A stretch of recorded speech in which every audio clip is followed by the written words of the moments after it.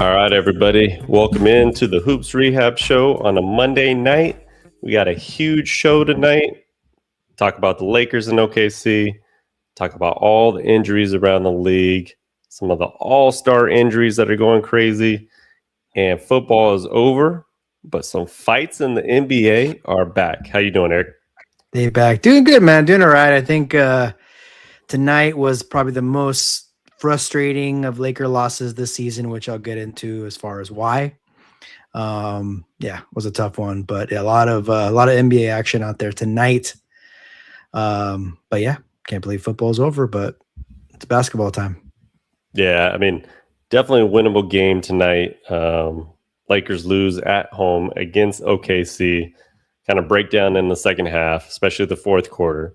But as always, everybody, if you are in tune with our page, it's the Hoops Rehab Show on YouTube. Please hit that like button on this video right now when you're watching it. We also have the IG, the Instagram, the Hoops Rehab Show. So if you're on social media, just follow the Hoops Rehab, and we will be providing our clips, our videos, everything that we got. But all right, Eric, let's get the show cracking.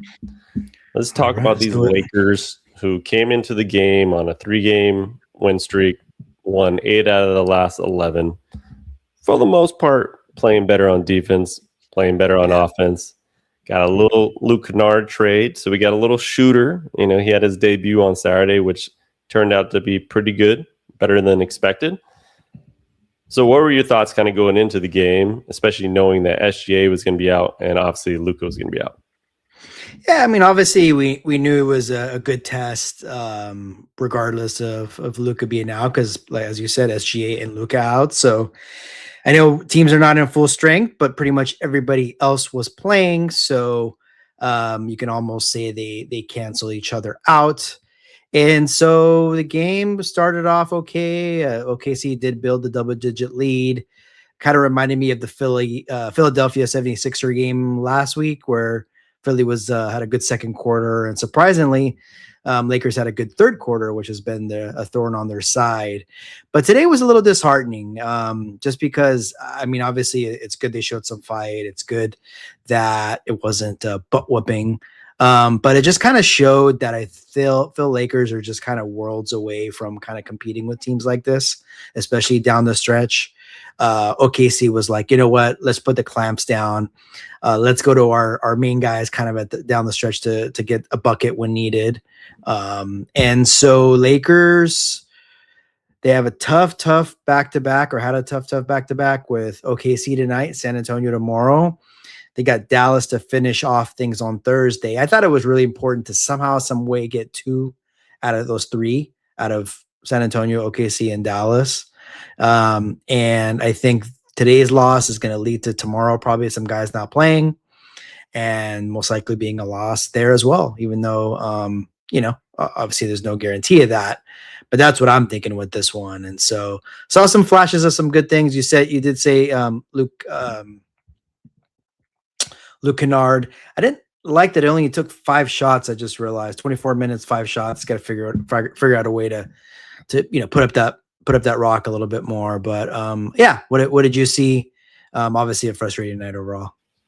Yeah, speaking of Kennard, he's not like a high volume shooter. No, he's always gonna make kind of the right basketball plays. So that's part of the reason probably why he shoots close to 50%, because he doesn't take too many threes, right? I just thought overall the Lakers were in and out of this game, right? So in the first half, they're up, they're doing well. Then all of a sudden, OKC makes a huge run, and they're up by 14, right? Lakers kind of closed the first half a little bit better. It wasn't as large a lead. Came out of the third quarter, had a great quarter. Thought they were going to take this game, and then OKC puts the clamps down on defense, right? So I think that is part of the problem. Like, we don't have that gear to do that, to go into that second layer of defense compared to like an OKC, they're obviously able to do that pretty easily. Yeah, I mean, and they got, as advertised, they got a bunch of guys, you know, whether they come off the bench or whether they're starting, and they're just kind of they just go at you on both sides of the ball, especially defensively. And so it's just got to be exhausting playing against them where you don't have energy at the end of games when the game is tight, which I think that's what we saw tonight. I mean, Lakers obviously were only down 3 with like a minute left. I know they lost by 9, and they just couldn't get that stop. They couldn't get that stop. They couldn't get a big rebound when I believe it was Chet Holmgren that got an offensive board and put it in to go up 5. And after that, it was just a bit of a challenge. And so, Lakers, I'm still kind of waiting for that, marquee kind of victory. I think it was there to be had. And we'll see. We'll see kind of what happens here. Obviously, Denver lost as well, I believe. And some of them, to show how the standings should look right now, I'm going to take a quick peek. I mean, that 3 to 6 or 7 is going to be super tight. Yeah, it'll be like last year where, like, Minnesota got the 6th seed, but we were 3, and there essentially could have been either way, right? Yeah, so Denver and Lakers will have 20 losses. Houston has 19, and then Minnesota and Phoenix have 22. So, it was, I mean, I don't think Lakers win this game. It would have just shown a whole bunch. It obviously would have been a nice victory, but at this point, you just got to get dubs, to hopefully crack into the top 3. And this might be a game that you look back and say, "Damn, that's one that got away from us." And we'll see who plays tomorrow. Yeah, I mean, especially with SGA out, right? Like, that's your number one option, the guy that that's going to get 20 plus every single game. I know we didn't have Luka, so 1 for 1 is pretty much disqualifying both the players, right? However, man, when you see OKC on the schedule, it's going to be a tough game, and if you can at least have some advantage without SGA, I think you got to get a win like that, right? Take advantage of it. Especially knowing that you had a back-to-back with San Antonio, Victor coming in, knowing that LeBron possibly will play, maybe not. He hasn't played 2. I think he's only played 1 back-to-back game, right? Austin Reeves, minute restriction. I don't know if he plays in a back-to-back, especially if they're still restricting his minutes. And then you likely have no Luka, right? I know they haven't ruled him out for the rest of the week, but we can all. I mean, I know they're not saying anything, but since he has a grade 1 strain of his hamstring, likely he's out through All-Star break, guys. I know they're still going to say he's day to day, but there ain't no way they're going to just risk him coming back for Tuesday or Thursday just to get him in before the All-Star game. I just don't think that's possible. I know Luka will play through everything. I just don't think it's wise because he comes back early from this and he aggravates it, makes it really bad, and then he's out 4 to 6 weeks. And that's something that, like last year when he had the calf injury, he came back a little early, aggravated it, and that's what kind of sent him back when he aggravated on Christmas Day, and then all of a sudden he was out basically until the Lakers traded for him, right? He was still out at the beginning of the trade, after the trade. So I just think they got to, look at the long-term picture with that, find a way to possibly get a win tomorrow, but I think tomorrow is going to be super tough against San Antonio. Yeah, a couple of things. So when, the Thunder, I think they were playing Houston on Saturday, I was kind of rooting for Thunder to win that one because that would have been, they had 2 losses in a row coming into this game. So I'm like, they're not going to lose 3 in a row, right? That's kind of just the mentality I had. And then on the Luka front, I know they want to keep him day to day because they are playing Dallas on Thursday. But I mean, I'm like, they've already played Dallas a few times with Luka. I think, it's not in Dallas or anything like that. And so I don't think it would be smart to have him come back unless he was like 100% to have him come back just for that game where you can take advantage of this All-Star window, right? Break window, right? And so, there was a time where you'd only have a few days off, and now it's a full week. And so, we don't need him coming back, re-aggravating it. And like you said, out 4 to 6 weeks, which will be the most crucial time of the season coming up. Because they definitely got some big games and some tough ones. So they hopefully will kind of be smart about this one. And who did come back today, Eric, right? Jalen for the Williams. Jalen. Yeah, I know he OKC. was not even Right? on the Yeah. injury report. Been out 10 games, and then sees the Lakers on the schedule and was like, "Yep, that'll be the game I'm coming back." Right. So I don't know. We've talked about this over the last couple of years. There's something about when teams are playing the Lakers, miraculously, their injured star is going to play. So that's kind of like, I think you gotta. It's almost like a respect thing too, right? You're coming into Yep. LA, coming to play the Lakers. Everybody wants to see the stars, and stars are going to try to play. So good to have him back in the league because you don't want to see him injured. But it's funny that he always comes back. They always come back against the Lakers. Yeah, and I mean, I think that's another reason Lakers should, like, obviously if he's out, it is worse for the Thunder, but somebody coming back after missing about 10 games, he only played 24 minutes, right? I mean, he scored 23. He was, I think like he's like, I hate to say it, and I know the numbers may not show it, but he's just a solid like number 2, right? Like he won the game at the end there, hit big shots, and I just don't think we have that, to be honest. Obviously with LeBron and his age and everything.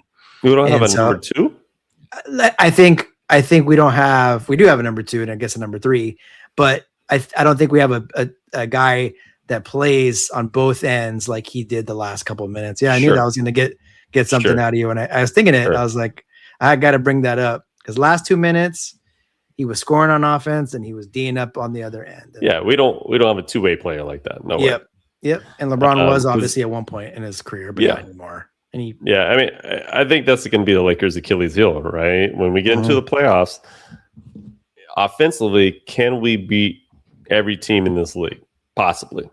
Yeah. Right? Can we get a game going where we feel good? Yes. Can we do that in a 7-game series and play enough defense to win a series? I don't know.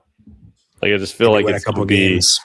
I feel like they can get game. They got to get the first game, like in a playoff series. They got to get the first game, or else I think this is going to be a really hard team to actually have to come back in a series, just because they don't necessarily have the defense.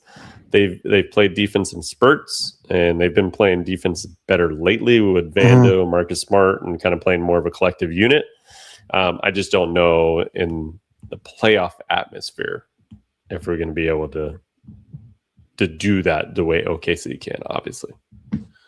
Yeah, I mean, you got to win the 4 games, obviously, in a series. And so, like to my other point, I mean, with obviously Austin Reeves, too, he's coming back from injury as well, and he's probably not going to be – I don't think he's going to be where we would want him to be till probably after the break. And so I didn't think it was like a huge – like I mentioned, like a huge measuring stick game or anything like that, just because of all the different things that are going on with guys coming back and people out.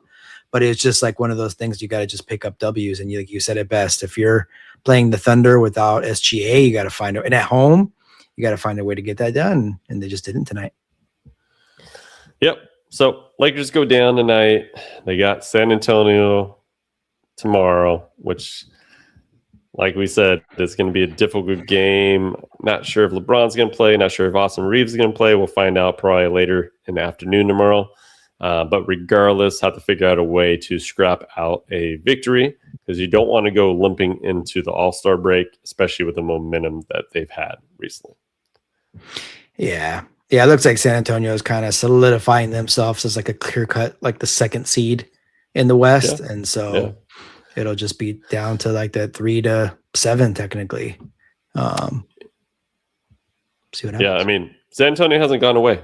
And I don't think they are, right? They have a lot of talent on that team, and I don't think they're going to go away. They're going to be a tough team to play in the playoffs, because that kid Victor, I mean, he is something else. He's a legend almost in the making. He's an alien. So I think they're going to be a tough out. And some reason, OKC and them, they just play 1 billion times per year so far this year. Yeah, it feels like it. I would imagine they're probably going to likely match up at some point, maybe in the playoffs. Yep. No, yeah, definitely. They've played a ton. And so I think it's going to be kind of how it was last year. Like the last 10 games, we're going to be looking at like all the who's playing who, and the positioning from 3 to 6 to 7 is going to be just super tight. And I mean, it was fun, kind of going through that. Obviously Lakers ended up with a 3 seed, and they probably are going to need to get there as again, hopefully have a different outcome in that first round. But yeah, it's going to be tight. Just got to stay out of that play-in. Yep. All right. So we got a little bit on Luka, but I want to just kind of update everybody on Luka's injury. So he went out with a hamstring strain on Thursday, the February 5th.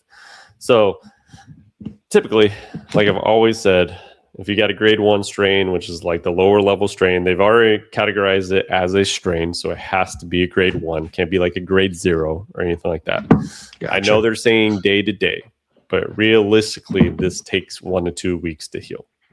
So if 1 week went by, that would be the 12th, which would be Thursday.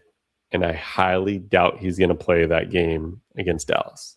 Just doesn't make any sense to bring him back when knowing that you have the All-Star break, right? Knowing that you can get an extra week, which would at least give him 2 weeks, which likely he'd be okay to come back maybe on a little bit of minute restriction if he's not completely 100%. But I just don't see him. It just doesn't make sense to try to rush him back at this point because we got what? 30, what are they? 32 and 20 now? Is that the record? 32 and 20, yeah. So that is 50. So we have 30 games left. Right? Yeah. 30 games left in the season. And if you have him go out 4 to 6 weeks, that is the majority of the rest of the season. So you should not risk that. Or at least I wouldn't, and I don't think the Lakers would be willing to risk that at this point. Oh no, I get. I mean, we talked about it earlier. We've got to take advantage of that All-Star break. I think they don't come back till Friday, so it'll be like a full 15 days off, I guess, if you will. If he does end up playing, of course, that Friday. But yeah, no, I mean, you said it best. With them officially saying it's a strain, it's always been a 1 to 2 week injury, as you've always reported, and so sure, I guess the Dallas game would be 1 week, but I would have to just argue against having him go out there because there's just, if you got to look at that risk versus reward, and it's just so risky, and so they got 2 more games. So after the break, 28 to go, right, and that's going to be a big 28. Yeah, those games would be so crucial, right? Fighting for playoff seed, making sure you're not in the play-in, right? So you got Phoenix on your tails. They're the 7th seed. They're 31-22. So they're not far behind you. You do not want to be in the play-in. We always talk about it. Seeding matters. A top 3 seed matters, right? Determines whether or not you're going to win an NBA championship most of the time. So Lakers kind of fade through the second half and they get to that 7th seed. It's just not going to look good. I know we're going to go, Lakers versus a San Antonio, a 2 versus 7. San Antonio hasn't been there. We'll hear all that stuff. I know. And you know what Charles Barkley will say? They going to get their asses whooped. Right? So yeah. I just don't think it's realistic for any of these teams like the Warriors, the Lakers, to feel that they can be in the play-in and actually do something against these young stud teams. The NBA has changed, in my opinion, and these young teams that can run up and down the court, athletic wings, draft picks, they're just much better than having a veteran-laced team like you see with the Warriors. I think the Lakers are still in a good spot. They just have to get more wins and secure a regular playoff position. Oh yeah, I've kind of compared San Antonio to like last year's Houston and OKC a couple years back, but don't get it twisted. This is not San Antonio is not last year's Houston. If you catch my drift, they're not one of these like 2 seeds that are kind of like with the right. I think the way Lakers are constructed, the way Golden State is currently constructed, obviously you have to play Phoenix. Clippers maybe can get in there. They keep winning. I think they're going to move on. So the Clippers are still winning without Harden. Kawhi had like a 40-plus game the other night. Yeah, I was don't kind of know. like just reading some of the kind of Clipper folks, and they're just like, yeah, I mean, we're gonna see the best of Kawhi because Harden's not there. He's gonna obviously if he's healthy, but he's gonna put up a lot of shots. He's not gonna doesn't have to worry about a guy just holding the ball forever. Although Harden did come up big in Denver tonight, hit a 3 to tie it up, Yeah. and ended up winning against Denver, which is good for the Lakers. Yeah. But yeah, I would say Luka. We'll see you in a couple weeks, buddy. Yeah. Yeah. I'll rest up Luka and be back soon. All right. So speaking of another player, another all-star that is injured, and that would be Stephen Curry. He's been kind of dealing with his knee pain for quite some time, and then finally has, over the last week or two, decided to rest it. So essentially what he's dealing with is runner's knee. What runner's knee is, it's called patellofemoral pain syndrome. So essentially you just have pain near your patella. It's essentially overuse, right? It's essentially, when runners are just running too much and they get this like knee pain that's nagging them. Just, it's not debilitating where you can't do anything, but it just continues and continues. And so I think at this point, Steph, because you look at Steph on the court, he runs the most miles on a court in an NBA game, right? He's running all over the place, right? And I think, number one, he's getting up in age. These players are amazing. They're elite, but as they get older, they got to deal with more of these aches and pains. And I think Steph Curry is coming to that point in his career where he's having things like this. So he's having to rest his body. So this will be an injury that he has to manage the rest of the season.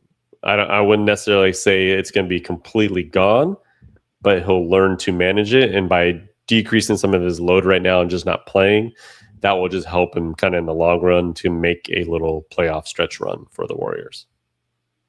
Yeah, I speaking of when players come back against the Lakers, I thought for sure he was going to play on Saturday against them, and when he didn't, I'm like, oh man, he probably is definitely banged up, and so yeah, that doesn't sound too good. I mean, it sounds like something that's just going to be there, and that there's not much he can do other than rest. And I think from the Warriors standpoint, they're like, we know we're going to probably be a play-in team, 6 seed at best, 7 seed. 8 seed, kind of around there. And so we rather have a well-rested Steph Curry coming into that type of situation. But yeah, he went out last year in the playoffs with that hammy injury. And so when, obviously it looked like they were going to maybe have a chance to really make it a contest with the Thunder if they were to make it that far. But yeah, it's tough as they get older, and so we'll see how he does. And again, as you said, another all-star that most likely will be out. He's been ruled out, right, of the all-star game. Yeah, he actually got ruled out. Okay. So they have to replace him soon. Or wait, Sengun replaced one of the international guys. Who was did he replace Steph? Trying to think if he did. Say SGA, right? I think he replaced SGA. Sorry, that was SGA. Yeah. So he replaced SGA. The international, They added Kawhi just in general, added him to make it wasn't replacing anybody, right? It was just to make enough players for each team. Yep. Explain that to me, Aaron. Yeah. I guess just he didn't make the NBA All-Star team. I don't understand why they couldn't get that figured out before they announced NBA. The guys, go ahead. So the NBA decided to do this world versus US and all this stuff, and they were like, "Hey, let's balance this out and now add somebody else." I'm. Have you seen? My thing is, it's USA stripes, USA stars, and then you got the world. Right, 8 from each team, right? Something like that. What the hell is the stripes? stripes and stars and stars spangled banner and what are we doing? It's literally becoming the Pro Bowl. The next thing you're going to know is this game's going to be on a Tuesday instead of Sunday, like the Pro Bowl was. I just don't understand Like, why can't it just be East versus West? Like, where? Yeah, like I Like know they're they're trying to trying reinvent the everything. wheel. They're trying to reinvent the wheel, but it's like, come on, guys. Like, yeah. Like the thing with Kawhi, it's like you knew before you announced who the reserves were, like that you probably needed an extra person. So instead of like having this huge uproar about, oh, it should have been Kawhi, should have been there, and like, why even go through that if you're gonna just name him an all-star anyways? Which Yeah. I mean, he's deserving. Don't get me wrong. It's just that it's No. Yeah. strange Exactly. that it's like, wait, why did they all of a sudden make? I mean, they like, you get what I'm saying? Like they knew that they needed someone. I'm assuming, right? Because they knew all the guys that were going to be there. Yeah. But this is how it starts. You start changing things up, and then all of a sudden, all the guys stop.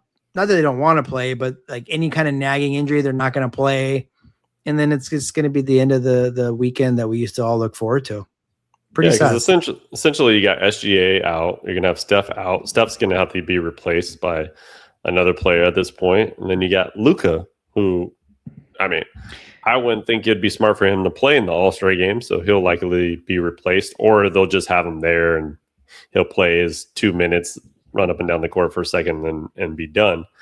But yeah, it's getting a little wild with what they're trying to do. At least it's not the third team of the G League team or whatever it was, all rookie team on NBA All-Star game day. Right. Remember last year? That's I forgot they did something like that last So year. at least they don't have that. So I'll give them credit in that. But I don't know if this can be fixed, Eric. I feel like we just have to call it what it is. It's the All-Star game. They're going to put up 180 points if they play the East versus West, and that's just what it is. Like, nobody's going to play defense anymore. I actually want them to get rid of the dunk contest. Did Eric? Did you see the list of the dunk contests? Yeah, it's getting ridiculous. I mean, it started off with, and I know he had some tremendous dunks, but Who? you started off with guys that weren't even on rosters, right? With what's his name, McClung.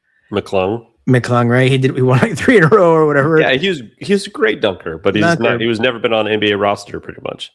Like, seems like it. I'm just. I mean, I know it turned to 4 guys like a while ago, but just like it used to be so great. You had 8 guys or so, all semi-household names. You had a couple stars in there, and it was just a great. Maybe it was just, I don't know if we were kids and didn't realize it, but it was just different. And why don't they want to do it? Like, my question is, like, a Zion, you aren't doing anything for All-Star game. You're not going to be an All-Star anytime soon. You would literally bring so much ratings into just being there and get your name back into the mainstream by just blowing up a dunk contest and being like, oh yeah, that's what Zion is. I forgot who he was. Yep. Him, Ja, anybody that is like these younger players that are starting to fade with their mainstream, like people talking about them all the time, right? Somebody do it one time. Like, I just don't understand why we have to continue to have players that when they say their name, like the dude from Miami, I'm not going to even try to say his name, or I could look it up right now. I don't know who he is. I mean, we only know one guy because it's a Laker. I mean, or else we would. Jace Richardson, I know who he is because his dad. Like, right, that's the son of Jason Richardson. Yeah, I haven't seen him play in the NBA just yet, right? So I just don't like what they're doing with it. And at that point, if they really can't solve it, just get rid of it. Yeah, which they did. But in the 90s, they did for a year or two. I don't remember if it was 2 years or 1. But the couple of years before Kobe Bryant won, they did actually do away with it. Maybe that's what's needed, kind of, right? Like, step away. And I mean, what was the last? Like, was Blake Griffin maybe like the last kind of like bigger name? Yeah, that Blake Griffin, Dwight Howard. Well, the Aaron Gordon, Zach LaVine, right? That was by far one of the greatest dunk competitions ever. But you knew Aaron Gordon and Zach LaVine were just like high flyers. They're like, you knew about them, right? These guys, I mean, I know Carter Bryant can jump out of the gym, but it's not a household name.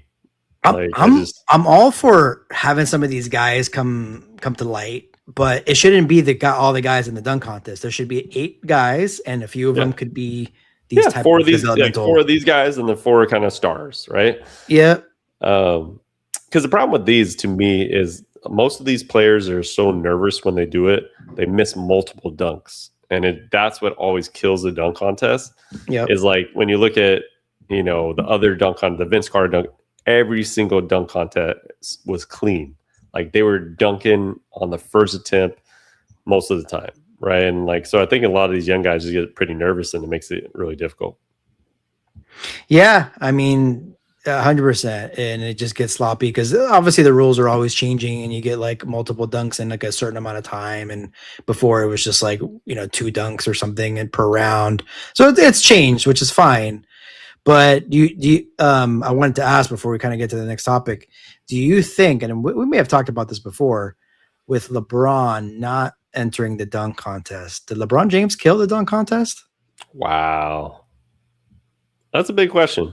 Because I feel like he was the guy, like, still surprised that he never did it, right? Yep. But, once it went in a couple of years, you knew he wasn't going to do it. But no, I would have to say yes. Like, I felt like because what LeBron does, everybody follows.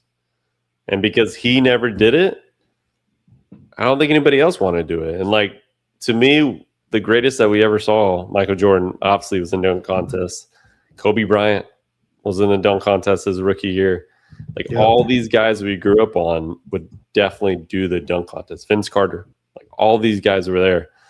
And I always felt like LeBron should have done it his first or second year. Like I don't know why he didn't do it, but like you said, that is probably a reason why the dunk contest is where it's at. Unfortunately, because he runs the league. He's the face of the league. Yeah, I mean, like we know that there's been some. We just talked about a couple like Dwight Howard and Aaron Gordon and Blake Griffin. So obviously those were after LeBron probably would have been in the contest. So we'll give him that, right? There was been some good ones since, but I would say he's the first high fly act kind of player that didn't want to do it. Obviously, like Bird and Magic and like those they weren't guys that would participate in that. But in terms of like really good players or great players that had the athleticism as LeBron, unless there's someone else out there, he was the first. And so now it's like, hey, if he's not going to do it, why do I got to do it? But man, it's just going to take some guys that are going to be like, you know what? I don't care if I like make a fool of myself and maybe I don't have the best dunks, because I think that's kind of what they worry about, I guess.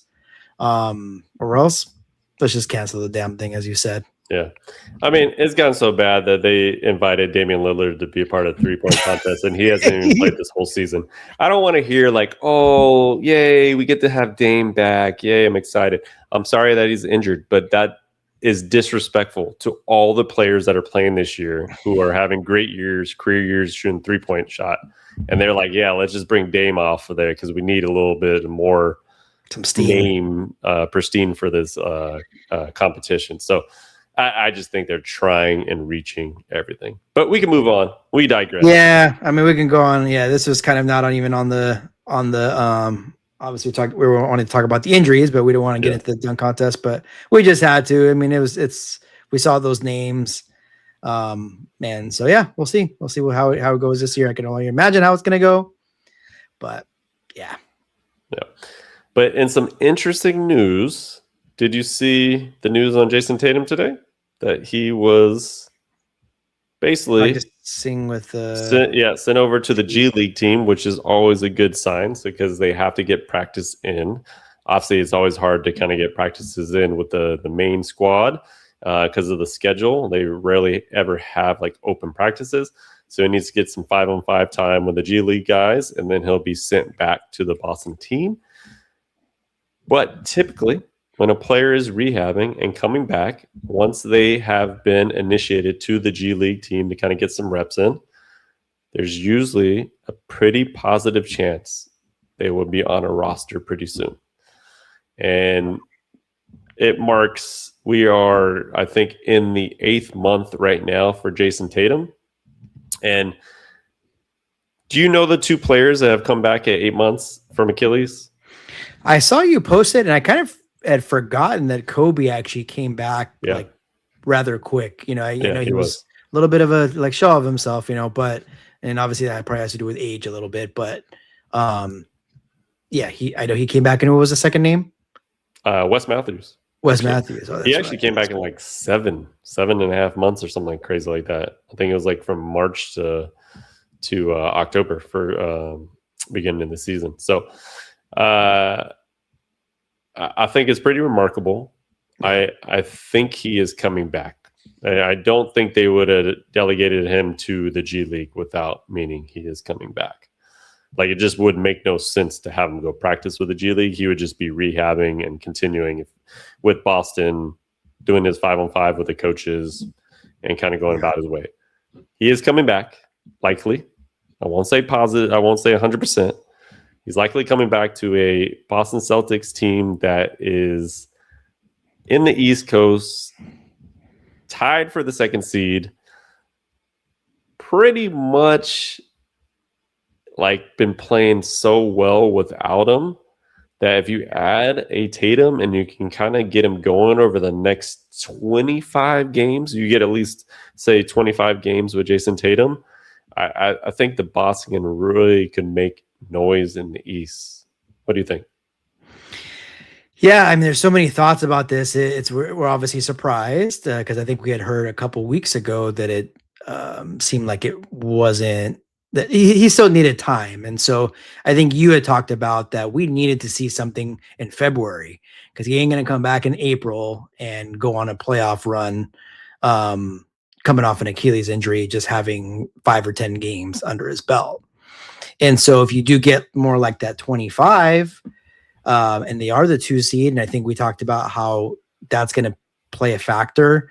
If Boston was going to be kind of flirting with play-in territory, maybe you don't risk it. But with them being a 2 seed, if he's good enough and he gets cleared, and you just got to go, I guess. My thing is the difference between like a Matthews and Kobe is Boston is ready for some big time playoff intensity type of games down the stretch. And in the playoffs, you know, and that's the risk, right? You know, nothing's guaranteed.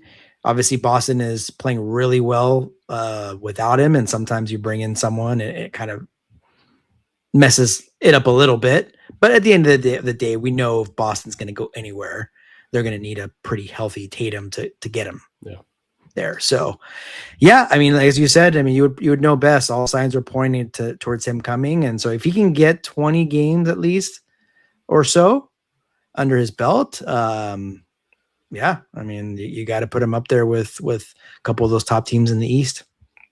Yeah, it's pretty remarkable. And I mean, he said like he's not coming back unless he feels 100%. And at this point in usually the rehab, you can be 100% physically, but not mentally. So that's my biggest thing. Like, he has to get back into mental shape, right? Get back into it. And everybody's been playing 50, 60, 50 plus games, right? And so people are used to the grind of the NBA this season. And so it's going to be hard to kind of jump back in. I think the smartest move you can make with him is have him on a pretty heavy minute restriction early on. I'm talking about 20 to 24 minutes, possibly coming off the bench first 10 games or so, and then ramping him back up to integrate himself with the team. Not completely just put him in the starting lineup and say, all right, let's go, figure it out, guys. Because this team has been gelling, right? And they've been gelling without Tatum. And so to kind of tear that apart it's a fine line, right? Like, you want to add your all-star back. You want an all NBA player, but you also want to incorporate them with the team that they have right now. And I think they'll do that. They're smart. Joe Mazzulla is a great coach. They're still one of the top defenses in the league and also one of the top offenses in the league. And if you add a player that's a two-way player like Jayson Tatum is, that can give you a chance to kind of get to the finals there. Yeah, I mean, there's no real juggernaut in the East, other than probably them if they were healthy, and so I think they just are thinking like, we have a shot, why not? But I don't know. I still don't see probably us at the end of the day. I don't think they're going to get the best version of Tatum until probably next season. Yeah. And so they're going to have to think about it if like that's worth it, but if he's cleared, he's cleared, and obviously we wish him the best, but that would be pretty crazy if he's back. Definitely. Now let's talk about a team that is not trying to get to the finals at all, but they are doing one of the most epic tank jobs I've ever seen, and that's the Utah Jazz, Eric. The other night, they're up by 18 against Orlando in the third quarter, and they decided to bench all their starting lineup the whole rest of the fourth quarter. That includes the new JJJ, Jared Jackson Jr. They benched him, Markin. The only player that they played was Ace Bailey, and that's a rookie, so I can understand why they played him. But they fully went in take mode and lost that game. Like, to me, what are we doing? Like, you can't have an NBA that does that. I mean, to me, I don't know how you don't get fined if you do that. Like, how do you get away with that? Yeah, they did the same thing tonight, and I think they picked up a win. I'm sure they're pissed off about that.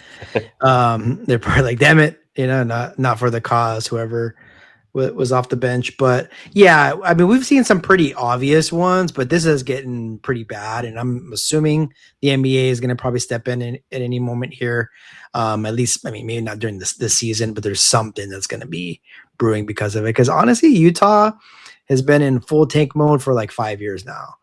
Yeah. And so, I'm thinking maybe they're hoping this might be the last year of that. This is a deeper draft, as we talked about. And so, versus the two after. So I think a lot of teams are trying to kind of position themselves. But we've seen tank jobs, but this is like flat out, like we're tanking and we're telling the whole world that we are. Yeah. And it's tough because usually it's weird because usually the coaching staff doesn't even know if they're going to be around that long, so they're coaching to win, but obviously they probably got some kind of instruction to do what they're doing, and I think that's pretty rough. Yeah, I mean, they gave Will Hardy extension. He hasn't won a game. He hasn't had a winning season in I don't know how many years he's been there. So they're invested in him, but at the same time, all around the league, if you don't win, you're not coaching a team, right? So I just don't. This doesn't make sense, and I don't think this helps your players long term too, because these same players that you're doing this with, they remember that, right? And you go into next season, yes, you might have a better team, might be more talented, but at the same time, all you know is your culture is to lose. And so they got some talent. They got George, they got Markin, they're going to get Jaren Jackson Jr., Ace Bailey, right? They have his talent, but it's like at some point you have to try to win ball games. And I just think, I know they're trying their best to keep their pick because I think it's top 8 protected. So I understand that. Otherwise they lose that. Yeah. So that makes a little more sense, but they can't just be so obvious with it. True.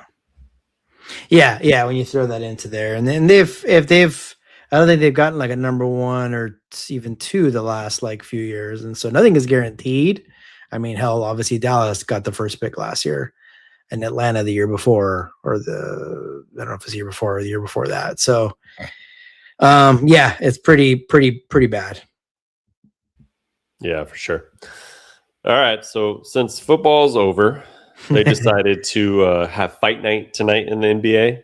Charlotte. Did you see the Charlotte Pistons fight? Now that was no joke. I mean, there's like full punches thrown. Started with Duran and I always forget his name, Musa. They went after it. He couldn't stop. He didn't want to be. He basically had to be tackled by his assistant coaches going after Duran. And then your boy, who's always involved in every scuffle with the Pistons, Isaiah Stewart decides to, like, once he sees Bridges kind of give a little hit on Durant. He comes bolting off the bench, throwing blows at Miles Bridges. Yeah, he's going to get a long suspension. I mean, because he's always been a fender already in the NBA. So I would imagine that would be at least a 5 to 10 game suspension because he came off the bench. What do you say, Eric? Yeah, like it makes me want. I hope the Hornets get that 8 seed. I think that'll be a fun first round series. No love lost between these two teams now, right? And so Hornets have been playing pretty good, and obviously Detroit beat them today. Detroit's kind of showing them like, hey, you guys had a nice little run, and maybe there was some frustration there from the Hornets, right? But yeah, the one when I think of Isaiah, what's his last name? Stewart, yeah, is obviously the LeBron and him when him bleeding, and that was pretty crazy. But yeah, I would imagine he's going to get suspended. Well, he will get suspended because he got off the bench. But just we'll see how long. Yeah, I mean, I would say Charlotte's trying to gain some respect in this league, right? They're another team that's been tanking for a long time. They just haven't put it together, and they are been on a roll and been playing really well with some of their young talent that they have. So I think they're trying to show that they are physical too, which is not a bad thing. It's kind of good to kind of show that.